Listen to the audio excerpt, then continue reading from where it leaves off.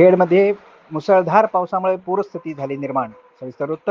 खेड तालुक्यात मुसळधार पावसामुळे परिस्थिती गंभीर होत चालली आहे. आज सकाळी 9:30 वाजेपर्यंत जगबुडी नदीवरील भरणे नाका पुलाजवळ पाणी पातळी 7.40 मीटर इतकी नोंदवली गेली. ही पातळी धोक्याच्या पातळीच्या 7 मीटरपेक्षाही वर गेली होती. पाण्याची वाढ अजूनही सुरूच आहे. खेड नगर परिषदेने नागरिक आणि व्यापारी यांना तातडीचा इशारा दिला आहे. सर्वांनी आपल्या कुटुंबियांसहित सुरक्षित स्थळी स्थलांतर करण्याचा इशाराही देण्यात आला आहे. रत्नागिरी जिल्ह्यात पावसाच्या आकडेवारीनुसार सर्वाधिक पाऊस खेड तालुक्यात 170 मिलीमीटर नोंदवला गेला आहे.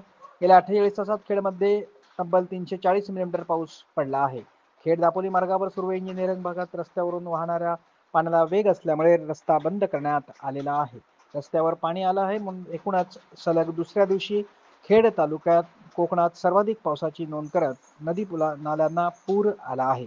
प्रशासनानं सतर्क राहण्याचे आवाहन आणि अफवांवर विश्वास न ठेवण्याचे आवाहन केले आहे. विशेष प्रतिनिधीसह दैनिक सूर्योदय खेड.